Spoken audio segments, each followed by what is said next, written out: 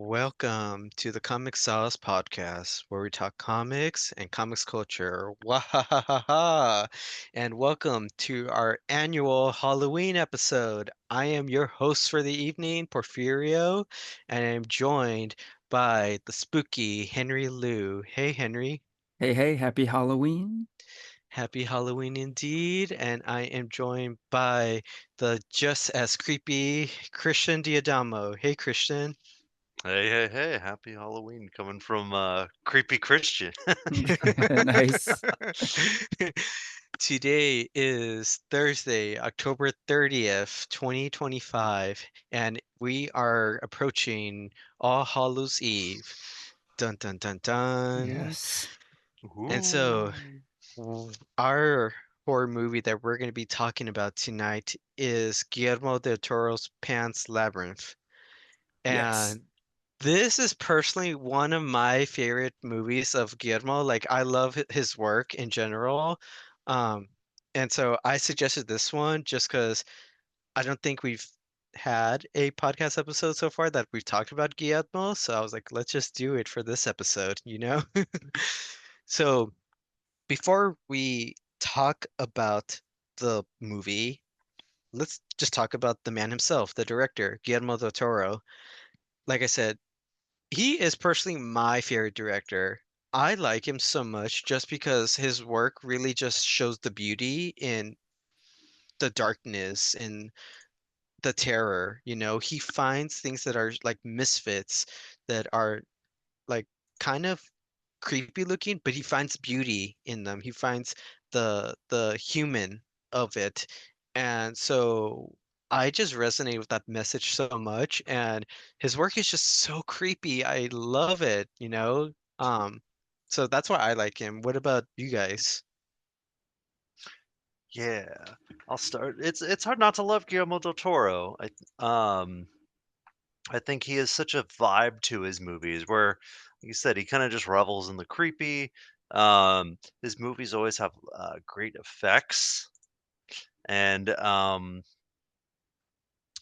like I will say, I think I forget if we had already talked about these movies, but Um, the comic book movies, Blade 2, Hellboy 1 and Hmm. 2 are like are all awesome. I think that was probably my introduction was to him Hmm. was I think I saw Hellboy first. And then I think since then, yeah, been a fan. Yeah, very versatile in his work. Like you said, comic booky, and still he does horror. What about you, Henry? Yeah, I love Del Toro's stuff also. It's cool that he can do superhero stuff and stuff that isn't like his own creation, like you guys were saying, Hellboy and Blade, but a lot of his stuff is like completely original. Like this guy is a true original. And stuff like Pan's Labyrinth, which is what we're going to talk about today, you know, completely out of his own brain. He didn't adapt it from comic book or something else, right? It's just a completely original work. And that's the type of creative guy he is. And like whatever he's doing, whether it is like a comic book adaptation or an original film or whatever, Pacific Rim, like something Hmm. quite different. It's always interesting to see what he has come up with, right? So he's just one of those guys where if there's a film coming out that he's directed, instantly I'm like, okay, I'd be down to see it because you're in for a unique experience. Yeah, for sure. Like every time, yeah, some new project of his is announced, I'm like, I don't care what it is, I'm down. Like Yeah. he did romance with Shape of Water, he Yep. did slow motion with Pinocchio, Hmm. action with Pacific Rim, like so many different projects. Do either of you guys have a favorite piece of work by him? Hmm. A favorite piece? Let's see. I think if I choose any, honestly, I think Blade 2 kicks so much ass. I think that movie is like I think it's a little less iconic than Blade 1, but I think it's like I think of the Blade trilogy, that's like the best made. I Hmm. think the vampires look awesome, the action's awesome, Wesley Snipes is awesome in the movie. Like Blade 2 cooks, and I love it. Awesome. What about you, Henry? Honestly, Blade 2 also. I Yeah. love that movie so much. It just, yeah, you pretty much said it all, Christian. It just kicks ass. Now it is an adaptation, and like if we're talking about Del Toro's work as a whole, um, like I was saying, he's known for being a true original, right? So maybe you don't pick Blade 2 as like the Guillermo del Toro film just because, it's not like 100% like from his brain, right? But it's still Um, like his interpretation Oh, of for the sure. It of has the his material. signature all Yeah. over it. Yeah. So I would recommend it on that basis. Um, but yeah, like there are a lot of great ones. A deeper cut one I might call out is Nightmare Alley. I Oh. know there's some split thoughts on that, but I really like that movie a lot. So I know a lot of people haven't seen that movie.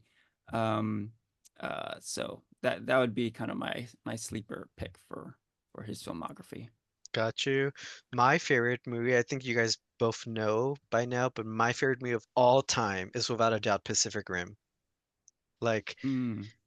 it's so funny because everybody knows me as like a movie buff, and they're like, "Oh, what's your favorite movie?" And I'm like, Pacific Rim. Why? Because it's a simple movie. It's robots versus kaiju. Let's keep it like that. You don't need like some big like storyline to just explain what they symbolize or anything. You just want two giant creatures battling out against each other and tearing each other apart, and it's epic as fuck. That's why that's why it's my favorite. Yeah, So, Pacific Rim does rule. yes, but we don't talk about the second one, which he didn't work on, so that's cool. So let's talk about Pan's Labyrinth. Do you guys remember the first time you guys watched this movie? Because it's been around since 2006. I do. I watched this in high school, so it was a few years after it came out. It was on DVD. Someone had it on DVD. We're all hanging out at a friend's place, and like someone's like, "Oh, like we had a bunch of movies," and someone's like, "We have to watch Pan's Labyrinth." Uh-huh. Definitely not like a movie when you're like a bunch of high school kids are like all hanging around, hanging out. Like not the usual movie you'd pick, as opposed to like say like Super Bad was really big at that time. Like Mm-hmm. a movie kind of closer to that, or an action movie, say like one of the Fast and Furious or something like that. Yeah. He's like, we got to see it. Oh my god, it's amazing. But I do remember sitting like watching and going, oh my god, wow, this movie really is something else. Hmm. Um, and so it shows you it like it did really draw me in when I watched it, Hmm. and so I definitely remember that very fondly. So, but that was yeah, that was probably the first time, like 2008, 2009. Got you. I feel like my first time was like in college, so like 2013 or so, because that was around the time Pacific Rim came out. And since I was a huge fan of that, I wanted to like know more about the director. And a friend in college recommended Pan's Labyrinth for me, and I was like, oh yeah, for sure, this is gonna be like my favorite director because again, I love horror, I love fantasy, and this kind of I feel like mix the two worlds together. Um, and it's a beautiful story. What about you, Henry? Do you remember the first time you watched this movie? I do remember, and I did see it in theaters Oh when it wow. released in 2006, Oh wow. if you can believe that. Yep. Uh-huh. And I did rewatch it again just today, and maybe I saw it once in between, in that 20-ish year span. But yeah, seeing it today, like it was almost like seeing it for the first time because it's been so long. Hmm. I do remember that first viewing being struck by some of the imagery in it, which is pretty amazing. Um, but beyond like the creature effects, I don't really remember having a huge impression that first go around. Mhm. But yeah, definitely enjoyed revisiting it today. Awesome, awesome. So yeah, let's talk about the film Pan's Labyrinth. And if you haven't seen it yet, then go to another episode of our podcast, Push Pause, because we're going to talk some spoilers. So here is the spoiler alert warning. So to let's just lay out the groundwork. The story takes place in Spain in the summer of 1944, and it follows a young girl named Ofelia, and her mom move into this like Spanish uh general. His name is Capitan Verdal, and this is kind of like when I guess like Spain is like in a little bit like of a civil war where they're fighting like the resistance. And Ophelia, she meets like these um mystical creatures. You know, she meets some fairies and fawn, and she kind of goes on little adventures, and it's very much like a fairy tale come to life, you know. It's so cute and everything. Um, but I, I guess the first point I want us to talk about is the fawn, and he is played by Doug Jones, who is in a lot of Guillermo del Toro's work. You know, he was uh the Aqua Dude in Shape of Water. I think he was also the Aqua Dude in Hellboy. Yep. But he's a great actor. He's another one of my favorites. But this fawn creature, like when you think of a fawn, you think of, you know, half goat and half human, but he doesn't look anything like that. He looks really creepy. You know, he's got like Yeah. blue skin and like devilish looking horns and this like weird kind of face. And he's so creepy, but I don't know, there was something I found it about it like that's so I don't know what the word I'm looking for is, but like comforting, like warm, you know? Maybe it's just me. I'm weird, but w- w- like what did you guys think about the design of the fawn? Um, I do really like all the designs in this movie, I think, but the fawn does really stick out. Like, I wonder if the comfort, like, it's like, yeah, I kind of feel that too. Um, and I wonder if the comfort, the why he kind of feels that way, even though he looks so creepy and unsettling. I think that like the world is kind of so bleak, you know. It's World War II era, Hmm. like Spain is fascist, you know, Hmm. and like you don't like it. So when like the idea of like a magical being comes in to like whisk you on this adventure, you're like, yes, please Hmm. take me away from this, Hmm. Yeah. from this nightmare that that is like like Nazi Spain. Hmm. So like he has this like he's kind of like the big call to adventure, and you're just like, oh yeah, please, thank you. Yeah, for sure. What about you, Henry? Yeah, I think this topic of the fawn's appearance and the vibe is kind of a microcosm of Del Toro's entire career, really, because he's all about monsters, right? There are Hmm. monsters in basically all of his movies, and it's like these worlds he creates are worlds where monsters do exist, and Hmm. monsters that are good, that are bad, that are kind of good and bad or neutral, or we're not sure. But oftentimes the worst monsters of all are humans, right? Hmm. That's certainly the case in this movie, yeah. And with this Fawn character, it's sort of like this is Del Toro doing his thing. Like he throws this really scary looking character into the movie. And at first, yeah, it's like, whoa, this is creepy.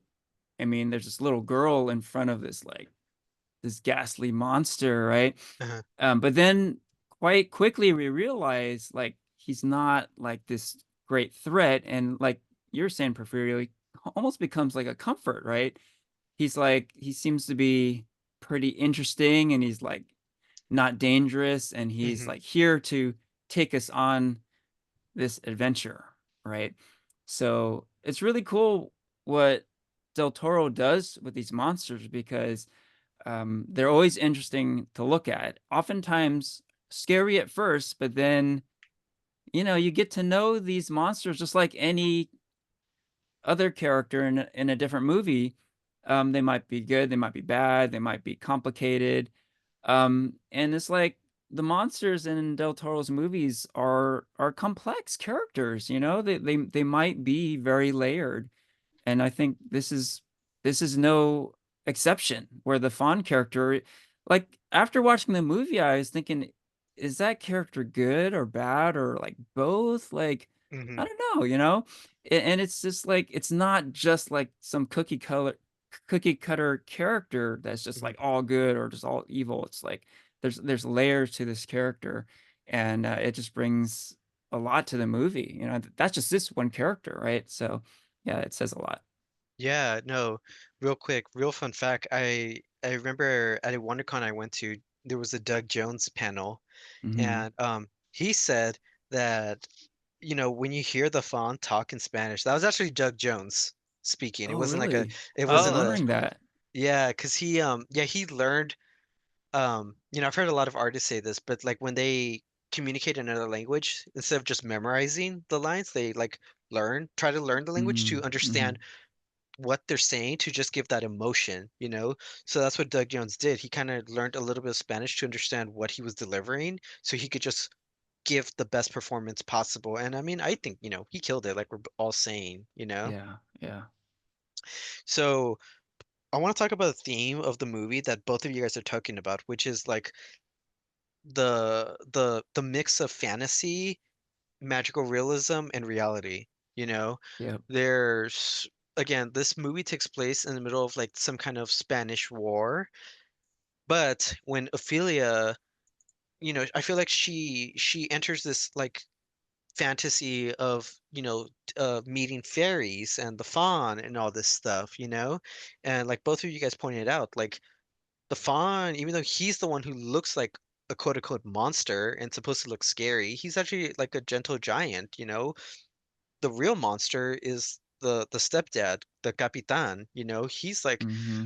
being such a dick to everyone and like trying to kill like the rebels and stuff. So like what does that say about like Guillermo del Toro's work about like who are the real monsters? Henry Christian, do you want to elaborate on it? Sure. Like, like I saw one rating where um, the monsters seem to have more layers in the movie than The some of the humans? human characters. Because Hmm. uh, Captain Vidal is so over the top evil. He is like it Hmm. Yeah. seems like he's someone with like almost no redeeming qualities about him. Hmm.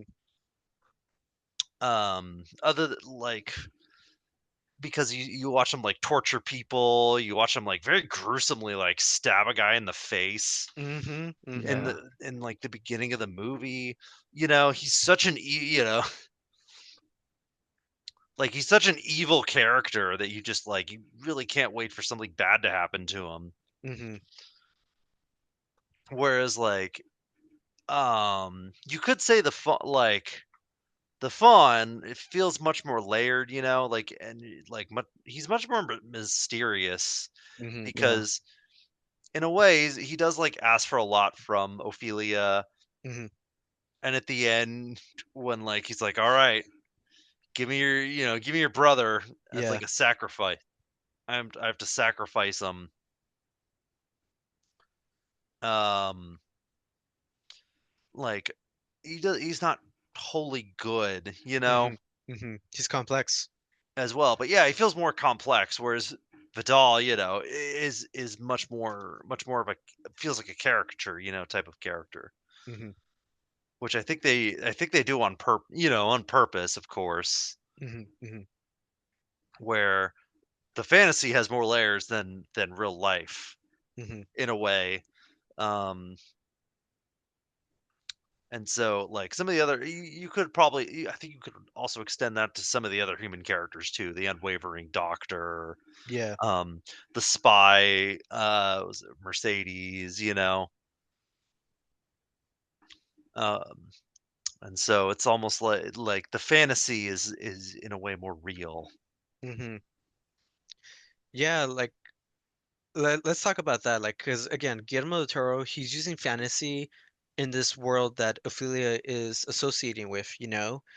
It's kind of like, I guess, like her way, maybe, of just like making sense of what's happening, like kind of her escapism. Um, like, t Henry, like, what do you think is like the power of fantasy for Ophelia during this time? Yeah, good question. I was thinking about this earlier today, and yeah, like Christian was alluding to, the world that Del Toro presents us with here is very bleak. It's very dark.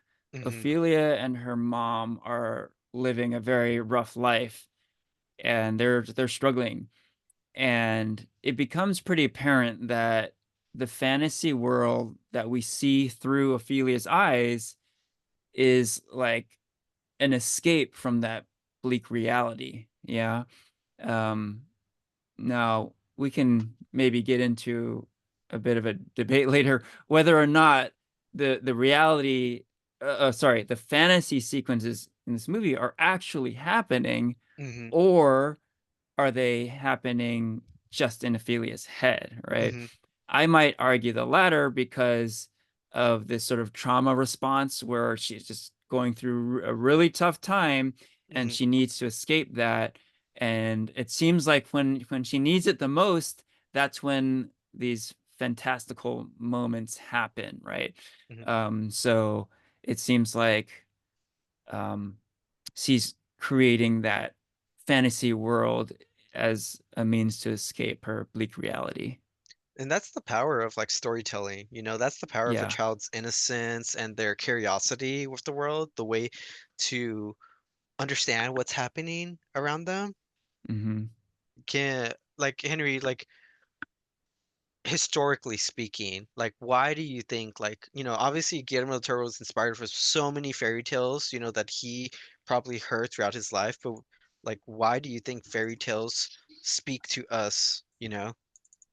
Yeah, I mean, look, we're we're pop culture geeks. We go to conventions, and we meet a lot of fellow geeks, and honestly, a lot of us have been through stuff.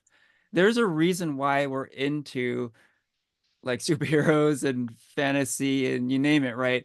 It's an escape, and it's an escape from trauma, from harsh realities.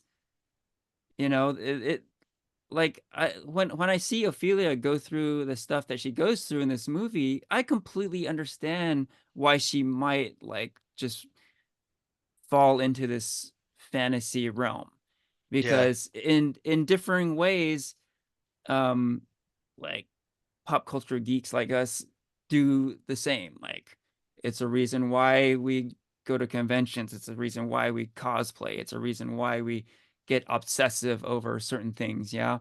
Mhm. There's definitely that escape aspect to it.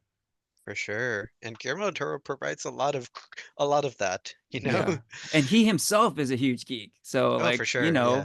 Uh-huh. he's there's a reason why he's so good at this. He's one of us. Yeah. So, Christian, I want to talk about another creature that's featured within the film, and that's the creature that's at the dinner table. You know, the creature with like Yeah. he's the pale man. He has like the eyes on his hands, you know? Like we talked about creatures like how there could be like maybe calm or nice, human nice, you know, but still look creepy. This one's not. This one is like the is that exception, you know? Like what'd you think of that scene with the pale man? Ooh, yeah, that one's really creepy.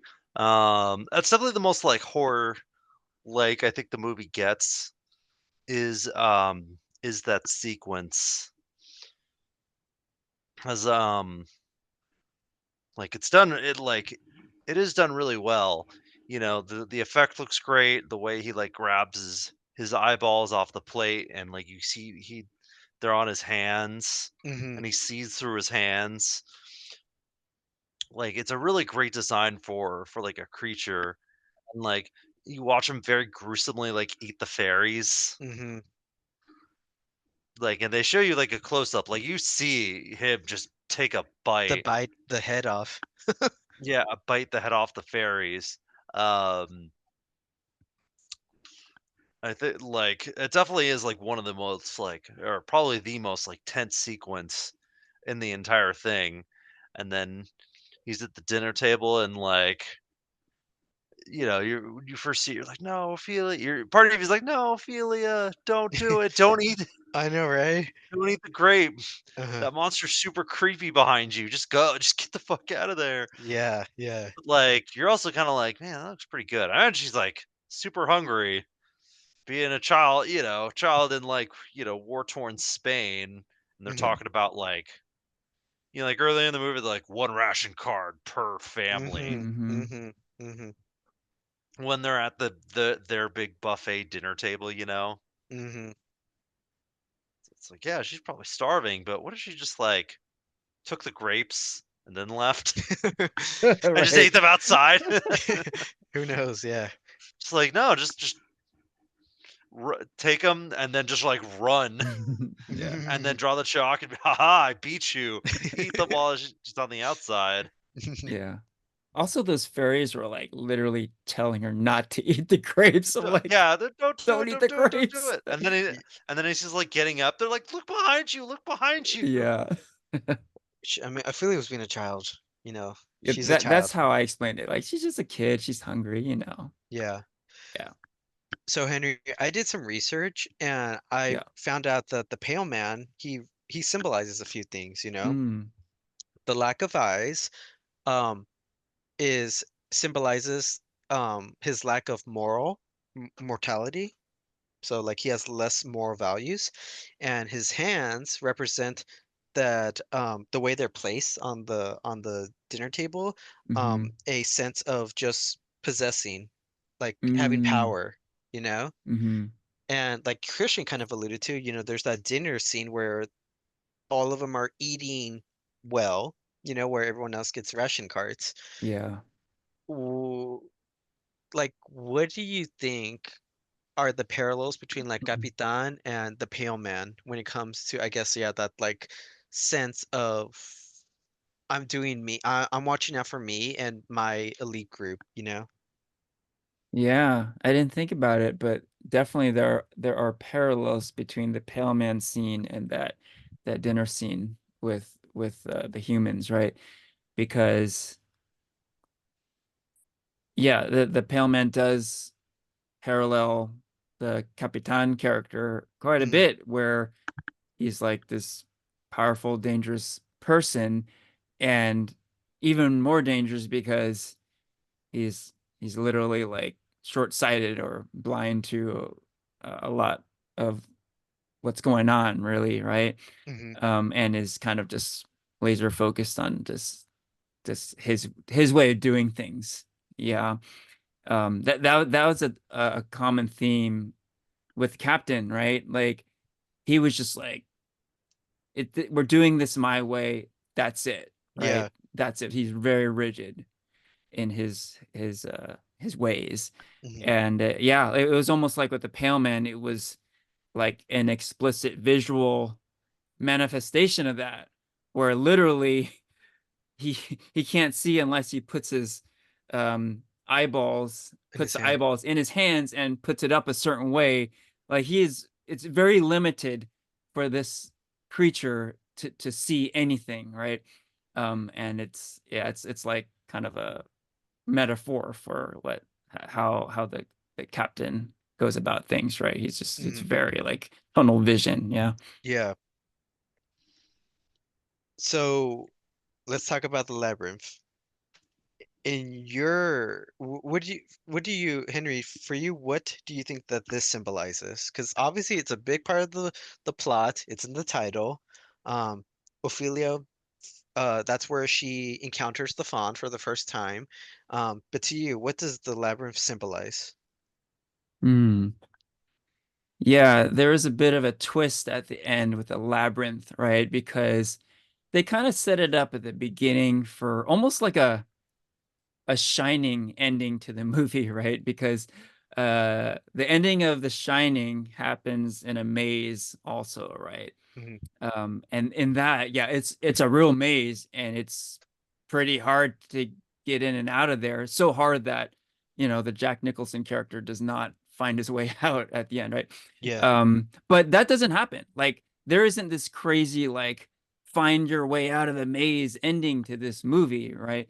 Hmm. Instead, it's almost like this, I don't know, like a morality test for Ophelia. Hmm. And here's where the complexity of the Fawn character came into play, right? Where it seemed like at the end he kind of turned bad or Hmm. evil or something. But it wasn't so much that he was turning bad, but he was testing Ophelia, right? So he wanted her to, or seemingly he wanted her to hurt her brother, like Hmm. cut her brother, get some blood Yeah. in order to become this princess, right? And truly escape the bleak reality and to essentially become immortal, right? Um, but she chose not to do that. She didn't want to hurt her brother in any way, even just a little prick, right? Just a little bit of blood. She wasn't willing to do that. And by making that choice, she passed the test because she essentially sacrificed herself in order to not hurt her brother. And by making that choice, um, the fawn like passed her for this test that had been Hmm. going on throughout the whole movie, right? Yeah. So, at the end it was like, oh, I guess the fawn was good after all, but I don't know, I still question it, and that's what's cool about the character. Like, he's just complicated, Hmm. and there are a lot of layers to him. Hmm. Christian, do you have anything to add? Hmm. I'm like, what is the labyrinth? And like, what like, because they set up the entire like, I guess like the entire underworld as like, okay, because her call to adventure is to you you are the reincarnation of this princess, this long Hmm. lost, this long lost princess. Uh, fulfill these tasks, and then you can come escape with us and rule the underworld, Hmm. a world of magic and monsters. And so, like, I think, like, I see like that the setting as like, I guess it does kind of tie into the theme, the idea of escape Hmm. from a reality. I guess, because that's what you do in a labyrinth. You try to escape. Hmm. And the movie is kind of about Pan's like kind of escape from, how does she escape from the world that she's in right now. Um and she has to go through these tasks. And so, like, I guess in a way, like, the labyrinth itself, the world that you kind of see little glimpses of Hmm. here and there through these bits and pieces.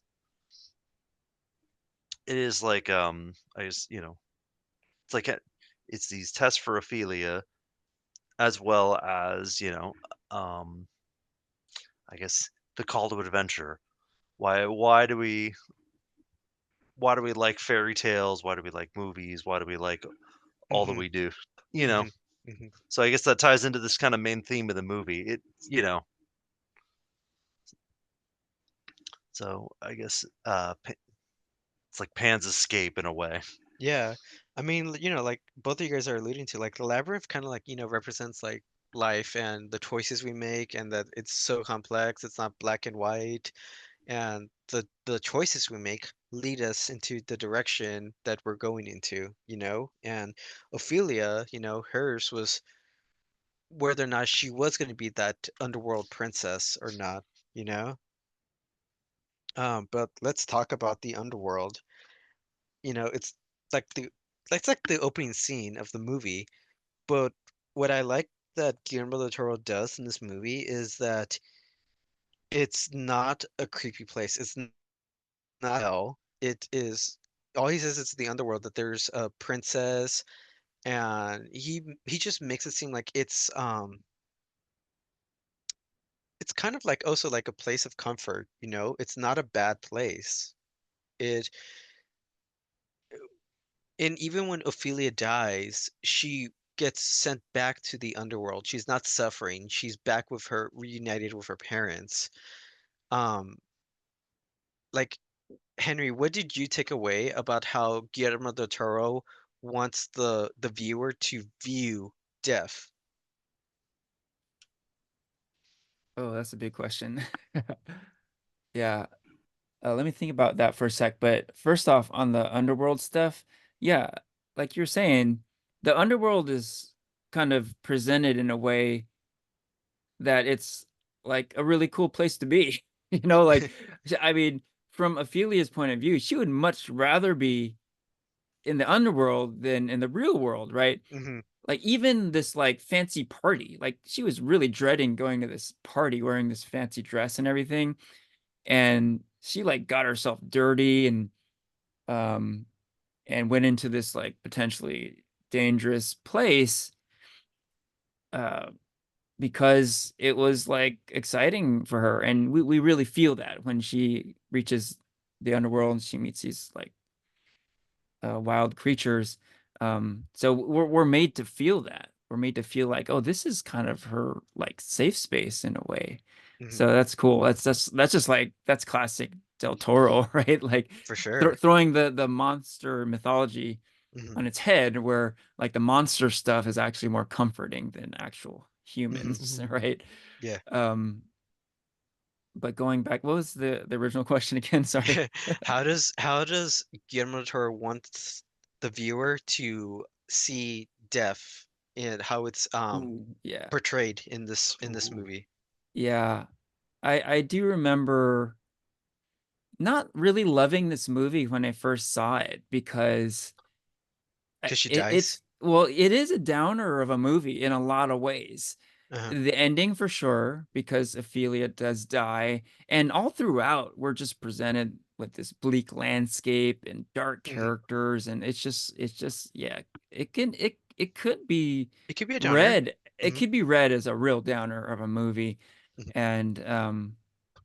And yeah, you bring up the topic of death, like in a way, like death is almost kind of beautiful at the end of this movie, because at the end Ophelia really is free of all this Suffering. hardship and suffering Uh-huh. that she's had her entire life. And it's almost like with death she is finally like in her happiest of places. Like the underworld is at its most glorious when after she's died. You Yeah. know, it almost looks like Asgard. I kind of felt like it looked like Asgard from the Thor movies, you know. Hmm. It Hmm. looked grand and everyone's like really well dressed and everything, very Uh-huh. sparkly. Uh-huh. So yeah, death is almost viewed as like this beautiful escape at the end. Uh-huh. What about you, Christian? Do you have anything more to add? Because I know, Ophelia, yeah, she does die in the end. But if you look at the ways that other characters die, there's the prisoner who the doctor gives the shot so he could pass away peacefully after being tortured. The doctor, he walks away and he gets shot. I don't see death being like a something I guess that should be feared, but just something that we should embrace as the next journey in life. But how did you view how death is portrayed in this movie? Yeah, like I'd say like that's definitely one angle. Um, is definitely like I feel like he kind of shows a bit of both. Where there's one where there's kind of this passing on, she ascends to kind of like this heaven Hmm. at the end, and then but I also like the movie's kind of so violent and like gruesome. Like Del Toro never really cuts away from any of the violence. Hmm. Like Yeah. where I think other directors, yeah, like the stabbing in the face in the beginning. Um, like he always kind of shows people dying in the movie. You see it kind of throughout, Hmm. where Hmm. it's like on one hand, you kind of see it's almost like that itself is it's an escape. At the same time, like it's kind of so gruesomely shown sometimes Hmm. that it does make you like really makes you wince. Oh God, Yeah. like that's horrible. Why would people do that to each other? Uh, and like there's all this war going around. There's all in a sense that's kind of like what it's like an end to the suffering, but it's also kind of like it is the suffer. It's kind of like on a grander like a this the scale of say the country and the war. That is the suffering is just the amount of Hmm. death that's everywhere. Hmm. Hmm. And how it kind of no one's really safe from it. Yeah. Yeah, I agree. So something Henry brought up earlier that I kind of want to ask the question to both of you is, was this real? Was this fantasy world that Ophelia interacted with real, or was it all in her head? What do you guys think? Henry, since you brought it up earlier, I'll let you answer first. Yeah, I kind of gave an answer earlier, but yeah, I definitely think it's all in Ophelia's head. And the telltale moment for me was when Ophelia was interacting with the fawn at the end in the labyrinth. Because like right as she's interacting with the fawn, that's when the captain shows up. I was Hmm. like, oh, like is the captain gonna see the fawn here? Like, how's that gonna go? But he never sees him, right? So to me, that told me like, oh, okay, like the fawn is actually in Nephili's head, and furthering on that, like Hmm. all the fantasy stuff was in her head, right? And that it, I really got more confirmation too because of the Ophelia death scene, right?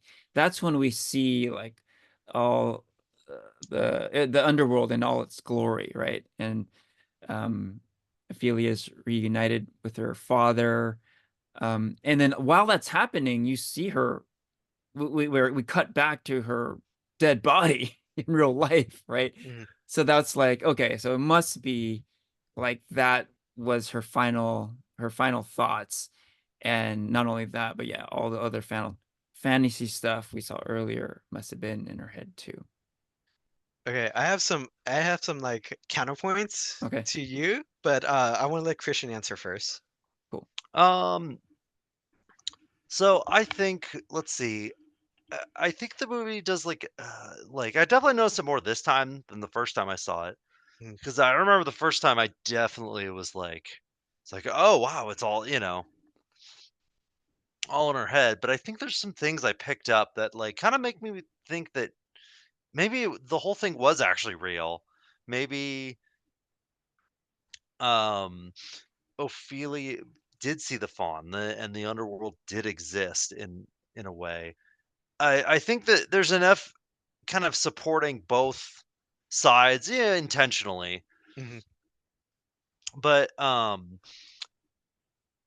I think that like there's like little clues that kind of cue you in a way, like like the root, the little mandrake that she has to put in the milk and put under her mom's bed. She mhm, does say that the man that is making her better, and her mhm. mom does get better, and once her mom burns the root, that's, like, shortly before she dies in childbirth. Mm-hmm. So there's that. But she doesn't really like, when you kinda cut to Ophelia's point of view after she burns the root, you hear the root guy screaming, and whereas, like, her you think that'd be something her mother would be cued in on, you know? Mm-hmm. And then, of course, you have, like, how would have Ophelia gotten her brother out if the chalk wasn't magic? Mhm.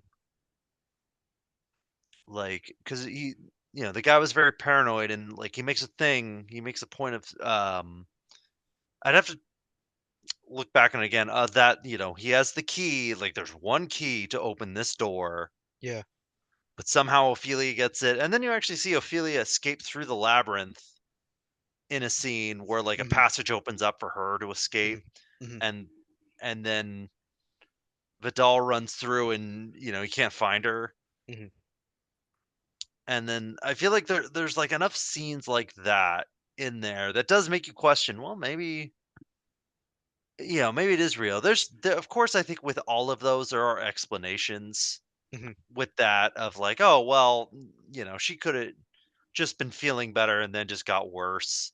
Hmm. You know, oh well, she just outran Vidal and that's just how she thought of it. Hmm. And maybe the door was unlocked. Like there's so many different things, but you also kind of think, well, maybe there is a little bit of magic there. Hmm. Why else would they have that weird well thing in the middle of the forest? Yeah.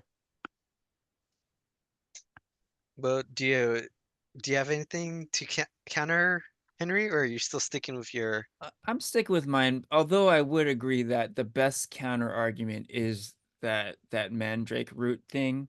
Hmm. Like for her mom to take a turn for the better very suddenly with the root there, and then take a turn for the worse very suddenly with the with the root gone. I mean it's yeah, that's hard to explain. Like if all that stuff was in Ophelia's head, right? Um, then again, this is the 1940s, and um, pregnancies were, much more dangerous back then, et cetera, et cetera. Hmm. So yeah, like Christian was saying, there are logical explanations for everything, and I think, yeah, all the fantasy stuff was in Ophelia's head. I just want to say one more thing before I give my answer of whether or not I think it was in her head or not. But a large part of me thinks that like why the other adults didn't see the magical creatures is because of maybe Ophelia's innocence. I feel like Mm-hmm. fairy tales they appear because a child is innocent, they don't know any better, and they have this pureness in them that is why magical creatures feel comfortable appearing amongst them. Like yeah, the captain didn't see the fawn and the mom didn't um hear the screaming of the root, but it's maybe because, like as adults, you don't believe in that stuff. You go through so much through life that makes you complex. You're not good, you're not bad, but you just be more grown up. And because of that, like non-believing factor, that they didn't see everything happening around them. Um, Yeah. like I don't know, do you either of you guys see that, or is Well, that I just think me? that there's literally a quote in the movie where they say like, "This is for those who believe Hmm. right? Who Yeah, those or something like who want to believe, and they can see things, right? yeah. If they believe it, right? So that's totally in line with what you're saying. What about you, Christian? Yeah, I guess in a way it's almost like Calvin and Hobbes, Yeah. because Hmm. no one else can see Hobbes except for Calvin, really, Hmm. the kid, and like part of you think, oh, maybe it's all in his head, but um, Hobbes very. There's also a part that it thinks maybe Hobbes is real because he's really Calvin, Hmm.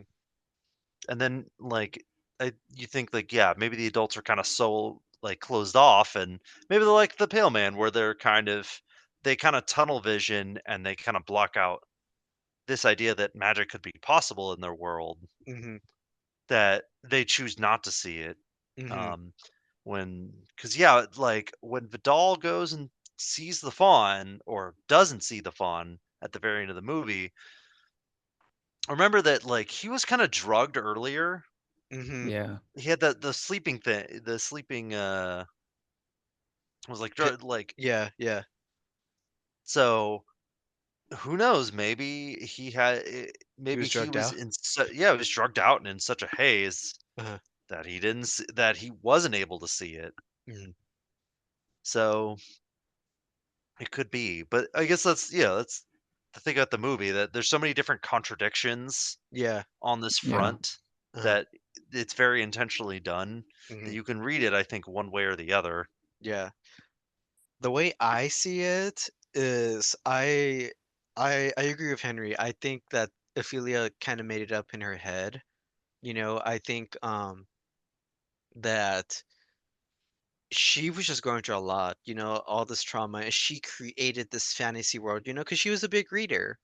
She read all these fairy Yeah. tales, and I feel like she believed so much and wanted to escape her reality that she created this fantasy to help her escape and find that comfort that she needed.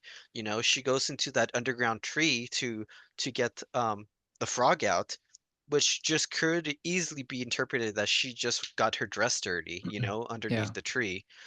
um, and I think in my mind that yeah, Ophelia, it all happened in Ophelia's head because she needed some kind of escapism from all the harsh suffering that was going on around her to help her understand the world around her and just find some kind of comfort in that in living with El Capitan and the whole like country being at war and everything. So Yeah. um but it's beautiful, and I love that Guillermo del Toro, his answer is that it's up to interpretation, Of course. whatever way you find comfort in it, and I just think that, again, like Henry said earlier, like this is why we love going to Comic Cons and reading about superheroes and the fantasy because we love that escapism, we love that influence, we love to think that um, we find comfort in these characters that do good, So I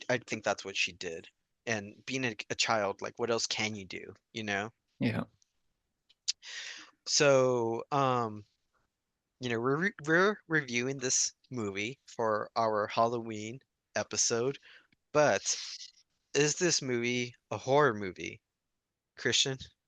Hmm. Is this movie a horror movie? There's definitely horrors in the movie, like kind of what we said with Vidal and the amount of blood and gore, that you see, like, and of course, like this kind of fascist world that they live in is very horrifying. Hmm.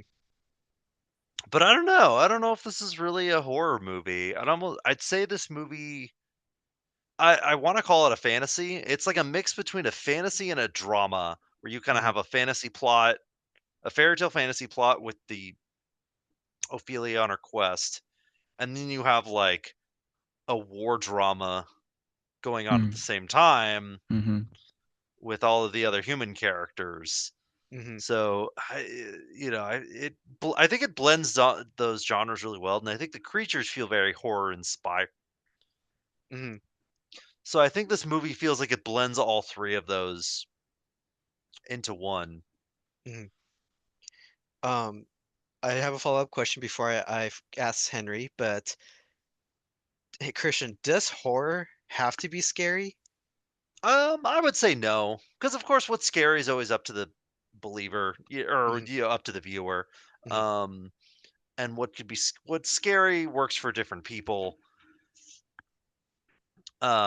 There's things that you're probably not scared of, that I am very scared, make me Uh-huh. very scared. Of course, I'm not much of a horror guy, so you know, but I think horror is almost like it's like kind of like there's more to it than just is it scary or not. Hmm. Yeah. But then again, I don't get scared of a lot of horror movies, so That's so Yeah, true. see, yeah, there you go, and I uh, do. So yeah, so that's my standard of horror. Like, if we're going off me being scared, that doesn't mean that again you won't be scared. Um, True. but Henry, question for you. Yeah. Is this movie horror? Is this horror? Oh, while we're talking about the scariness level, I was thinking about this earlier. This movie doesn't feel scary at all, really. But as we've been saying, scariness doesn't really coincide one to one to Hmm. horror, right? I do agree with Christian in that respect. Okay, is it a horror movie? Um, yeah, Christian mentioned drama. I was thinking that too. This feels like a drama more than anything, really. I think there are fantasy elements for sure. There are horror elements for sure. But I think at the end of the day, it's really a drama. That's how I see it. Okay. I think this is a horror movie. It's, it is a fantasy movie. It's a fairy tale movie, but I mean, even fairy tales can be horror. You look at like the Grimm brothers, Little Mermaid, um, Cinderella. Like those all started off as horror stories. Yeah. And this one, it's not scary. It's creepy, which is what Guillermo del Toro does. But I feel like it's horror to the point for like Ophelia at least, where it's so scary for her, everything that's happening around her that she has to she finds this fantasy world and meets these magical creatures as comfort to just block out everything else going around her. So I think for her it's scary that she has to do that. So like Christian said, like horror depends. It varies among people, and for her, I think it was scary for her that I would consider this horror. That it was just creepy and um yeah, strange and eerie. Yeah, that makes sense. Okay, so my last question before I open it up to either of you. Um, this movie deals on themes to like standing up, doing what you believe is right. There is those Spanish rebels that fight against Capitan and his army. There is Ophelia, like both of you have mentioned, how she defies the Fawn's orders of killing her brother. Um, it's this movie is very much about like doing what's right and doing for what you believe in, fighting against fascism. So my question I have for whoever wants to answer first is is this movie kind of one relevant today and something that we just need to, I guess, like watch to be reminded of that will of with everything going on in the world today? Ooh, that's a good question. I think this movie's still relevant. I think its themes are very um and I think they're and I think definitely I think the war message definitely feels much more relevant now than when I saw it back in 2008. But the escapist message also like very much you know, I think it holds true as well as very relevant because that feels like almost like a very personal um message that you kind of internalize as well. You know, there's Hmm. like the outer political message of the idea of rising up because and like not just doing what you're told. Don't do what you're told, do what's right, Hmm. you know? And I think even without politics, that message does hold true, you know? Do what you feel is right, not just because someone said it, Hmm. you know? It's a political message and a personal message, you know? Hmm. So yeah, 100. I would say this is in a way it's relevant for all time, just like a good fairy tale. That's why they're endless, that's why they're Yeah. timeless. Henry, what about you? Yeah, I was thinking something very similar. This really is a fairy tale of a story, and with fairy tales, the messages are very timeless. We're talking about doing the right thing and big questions of morality and good and bad behavior. And anytime we deal with like those kind of big topics, they're always going to be relevant. Yeah. I would just add also that fascism is a big part of this movie, and Hmm. that specifically makes this very relevant to today because we see what's going on right now in the world, particularly in the United States, and fascism is a big concern right now. Hmm. So to see it explicitly in this movie, yeah, it definitely is of the moment. So pretty interesting to see this 2006 movie today in 2025 and just seeing a lot of parallels in the behavior of the fascist characters in this movie and the real life quote unquote fascists in the world right now. Amen. Amen. Hmm. So, you guys, any final thoughts before we get into our ratings? Hmm. I definitely had some thoughts. Yeah, like what you mentioned earlier, Porfirio, about death. I thought about that a little more as we've been talking, and how death is portrayed in this movie is interesting because I think when I first saw the movie, all the death kind of just brought me down. I was like, this Hmm. is a bummer, dude.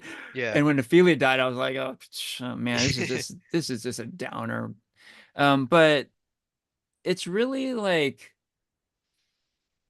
it's like death is almost like a reflection of how you lived in this movie because you contrast the death of Ophelia versus the death of the captain, Hmm. and it's totally like polar opposites, right? Hmm. Because as I was mentioning before, Ophelia's death is this like beautiful thing. She has this great escape and she has like beautiful underworld imagery going on in her head. And it's like a very satisfying end to her journey. And it's because of the way she lived. She lived in a very genuine way and she lived for others. Like at the end of her life, she literally chose her brother over herself, Hmm. right? Very selfless. And as a result, she had like a beautiful end to her life. And it's almost like Del Toro saying, yeah, you shouldn't be afraid of death if you've lived in a genuine, awesome way, right? Hmm. And contrast that to the captain, where he's lived his entire life for himself, not giving a shit about others. He would kill someone, Hmm. um, and he mistakenly killed people earlier in the movie, thinking they were spies or something, and they weren't. They were just like hunting rabbits, He killed and them without any remorse no after remorse. realizing He his didn't mistake. care. He Uh-huh. didn't care at all. After he found out he made a mistake, he's like whatever. So when he died, he was like, "Oh, can you at least tell my son like, about me and da da Hmm. da?" And the rebels were like, "He'll never know you even existed." Hmm. Boom, shoots him in the head. Game over, right? And like, and that's kind of cool in a way because that's Del Toro telling us like, if you live your life like a total a-hole, only concerned about yourself, you should be afraid to die because you will die a horrible death, right? So yeah, it's an interesting take on life and death. And from that perspective, it's not as much of a downer of a movie. Yes, like practically every character dies in the movie. But it's not about these characters dying, it's about how they lived, right? Hmm. Hmm. Christian? Hmm. Yeah, that is like Ophelia dies and she goes on to live, she takes her place at the throne Hmm. for generations and becomes like this ruler who's always remembered. And the movie kind of ends as with the flower opening. She has traces of herself like kind of left in this world. Hmm. Yeah, Hmm. Whereas Vidal is forgotten almost immediately. right. Hmm. And so yeah, that is interesting take, something that I think the more we talk about it, the more I guess the more I've thought about now that we started talking. I guess I don't have much more to add, but I will say like the set design, like the production, the makeup, the everything looks so good. You only get real like tastes, I feel like, of this underworld though, and Hmm. just like Hmm. the little bits that Ophelia sees. Yeah. and it's almost like, oh man, I kind of wish we spent a lot more time there. I kind of want to see Mhm. more of this like kind of twisted fairy tale world Hmm. Yeah. that Guillermo del Toro imagined. You know, I know that's not the point of the movie, but like since he gives you a taste of it, you always want to see like more. Like, oh, I want to see Yeah. what it more of what it's like down there, this underworld, Hmm. more of these cool creatures hanging around. So I will say that, like, I want to see more of it, Well, I even though know that's not the point. it's a different movie in a different universe, but there's always Guillermo del Toro's Pinocchio on Netflix because they go to the underworld Hmm. and you Mm. spend a lot more time there. And I think very similar to this movie, he portrays the underworld as not a scary place, but as like this next step in life, you know? And again, like he calls it the underworld. It's not heaven or hell, but just this place for your soul to transfer to and rest, you know? So Yeah. if you're interested, you could always check that out. Yeah, There you go. Pinocchio is great. And I guess Hellboy also kind of like scratches that itch. Hmm. You know, the way he kind of opens up a world of monsters. Yeah. Alrighty, let's get into our ratings on a scale Oh, from hey, one. just a real quick final random Hmm. thought. Hmm. Um, I don't know if you guys got this, but I kind of got like a Hayao Miyazaki vibe watching this movie. And like, I can't think of a live action movie that came as close to a Miyazaki movie as Pan's Labyrinth. It just felt like it, right? It had like a young girl protagonist, and it dealt with like a lot of like real life horrors and escaping to fantasy and whatnot to deal with that sort of thing, um and just like the beauty of imagination and that sort of thing. So I just want to throw that out there. I kind of felt that as I was watching it today. Oh yeah, that does make another like the Boy and the Heron. Yeah. Yeah, I can Yeah, I see that. guess Yeah, now that both of you guys are bringing that up, you know, Spirited Away, Boy and the Spirit Heron. Away, that's what I was thinking. Yeah. Yeah, like it's all sort of like I guess what I was thinking, Alice in Wonderland. Oh, that Mm, too. Yeah. I guess too, they also have the red shoes from the Wizard of Oz at the Yes, end. I noticed that also. That was cool. yeah. Cool. So let's get to our ratings. On a scale from 1 to 5, what do we rate it? 1 being terrible and 5 being awesome. Let's start with you, Henry. All right, ratings.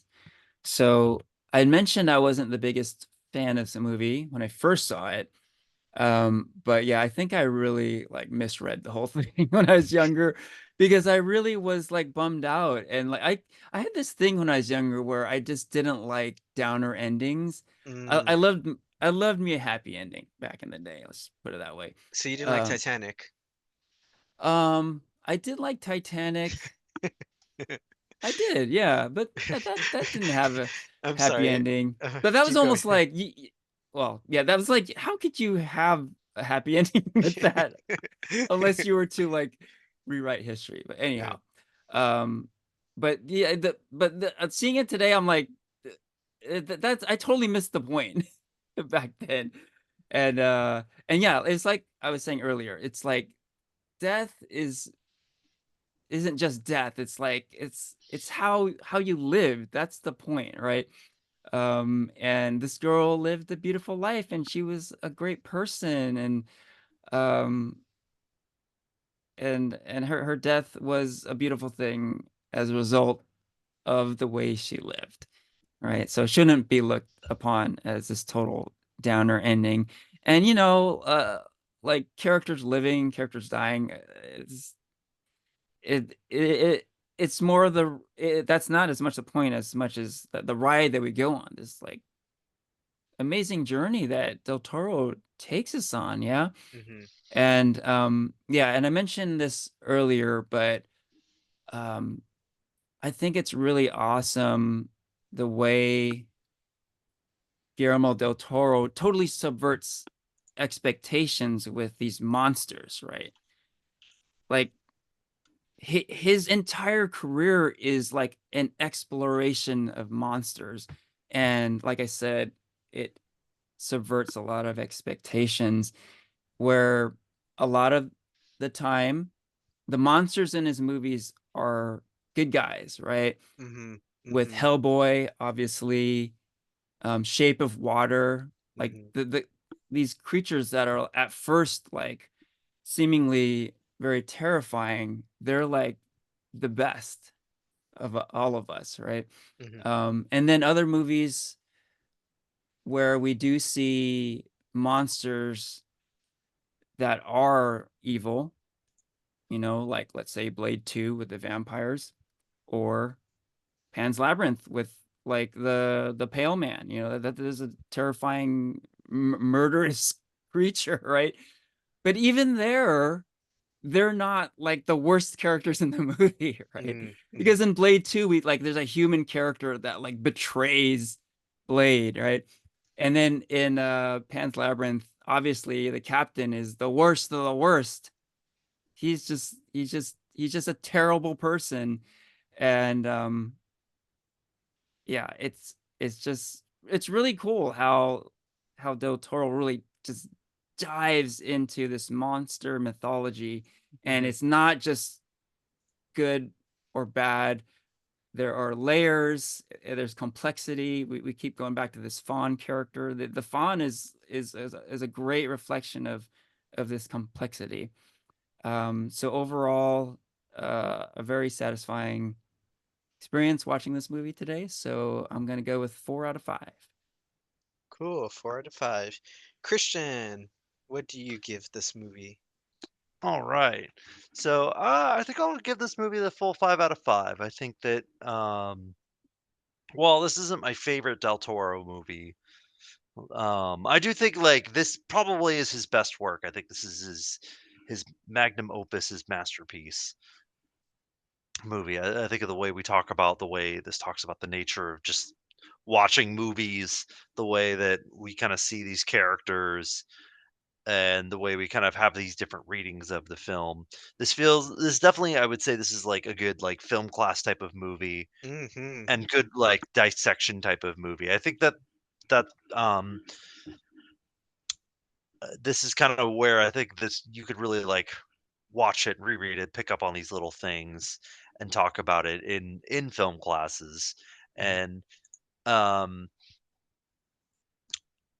let's see. I think this is also a movie that you would see on a lot of like best of lists for like if you look at the best 100 movies or Mm-hmm. this is n- the as of now in 2025 151 on IMDb's like top 250 movies. And so I Mm. think this movie kind of um I think this is like a definitely a movie you would see on a lot of these lists, and I think Mm-hmm. it's very well deserved. I think this movie is great.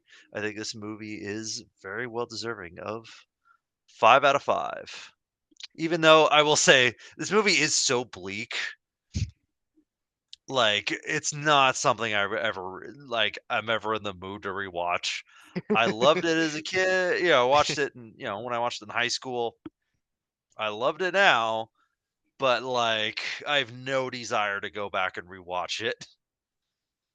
Got you, got you. So Henry, 4 out of 5. Christian, 5 out of 5. I love this movie. I can watch this movie a lot. Um, I try to watch it every October.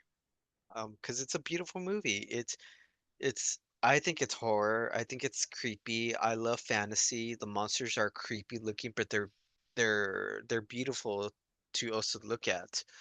And Guillermo del Toro does an amazing job at also just humanizing them, not making them be the creepy that people associate with them. Is the story is adorable, the music is wonderful, the visuals are amazing. It's very much a story about carving your own path, about finding your child within, finding your escapism, and it is just so beautiful. I love it. It's one of my favorite Guillermo del Toro movies. Um, and yeah, because of that, I give it a 5 out of 5. Nice. Cool, cool, cool. And so, with that, farewell from Porfirio, Henry, and Christian.